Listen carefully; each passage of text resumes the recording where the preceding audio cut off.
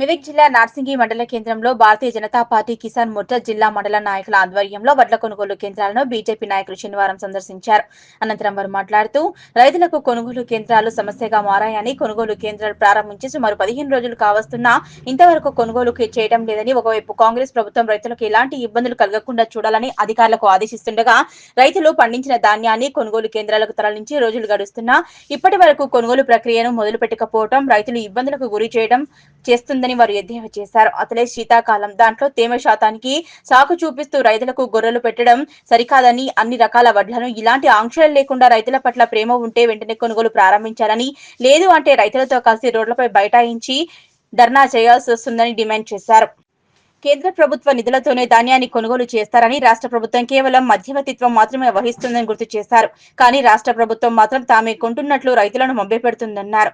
ఈ కార్యక్రమంలో కిసాన్ మోర్చా జిల్లా ఉపాధ్యక్షులు ఎన్ఎం లింగారెడ్డి, మండల అధ్యక్షులు హరిబాబు, బీజేపీ మండల అధ్యక్షులు షీర్నా చంద్రశేఖర్, పట్టణ అధ్యక్షుడు కుమ్మరి నర్సింహులు, సీనియర్ నాయకులు సత్యపాల్ రెడ్డి, కుమ్మరి లక్ష్మణ్, మాజీ వార్డు మెంబర్ దాయం నరేష్, పున్నా రమేష్ రైతులు పాల్గొన్నారు. మండల కేంద్రంలో రైతుల దగ్గరికి భారతీయ జనతా పార్టీ నార్సింగ్ మండల శాఖ తరఫున రావడం జరిగింది. రైతులు దాదాపు 15 రోజుల నుండి రైతులు వరి ధాన్యాన్ని కోసి రోడ్లపై ఆరపోసినారు. అదే ప్రభుత్వము దసరాకు దాదాపు 15-20 రోజుల్లో కొబ్బరికాయ కొట్టిండ్రు, కాంట్రాక్ట్ ఛార్జ్ చేస్తున్నారు. ఇంతవరకు కూడా రైతుల వద్ద రోడ్ల మీదనే ఉన్నాయి.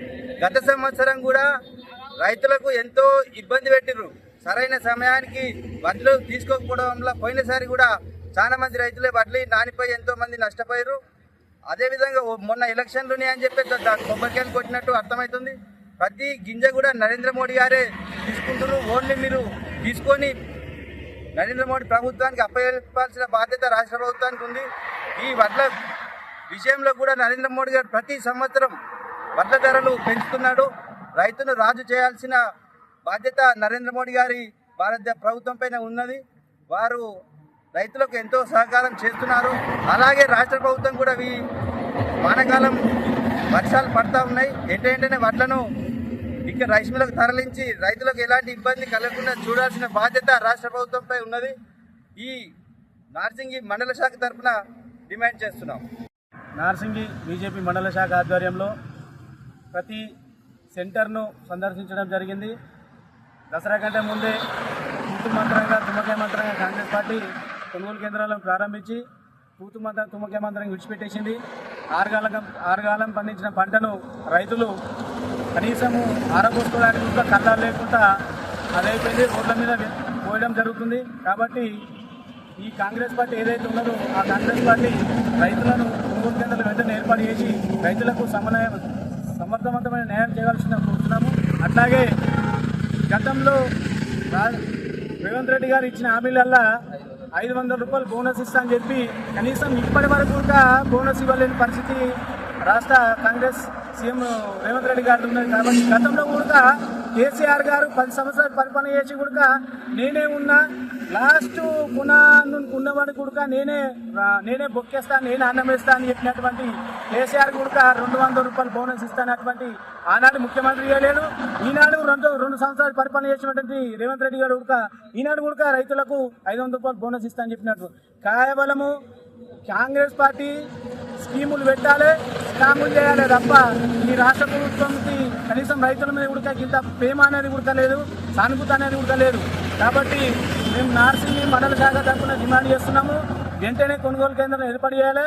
లేని పక్షంలో ఎన్హెచ్ పార్టీ తరఫున భారతీయ జనతా పార్టీని రైతులను వెంబడేసుకొని ధర్నాకు దిగుతాం, ఖచ్చితంగా హెచ్చరిక జారీ చేస్తుంది.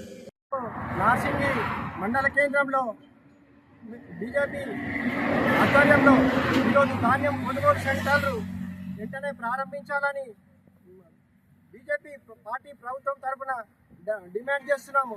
ఎందుకంటే ఒడ్ల కొనుగోలు కాంటలు ప్రారంభించి గాలికి వదిలేశారు.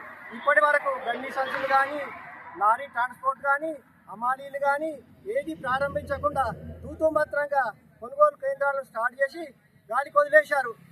ప్రభుత్వము వెంటనే రైతుల యొక్క సమస్యలను పరిష్కరించి కొనుగోలు కేంద్రాలు వెంటనే ప్రారంభించి ఇక్కడ నుంచి ధాన్యం తరలించే విధంగా చూడాలని చెప్పేసి మేము డిమాండ్ చేస్తున్నాము.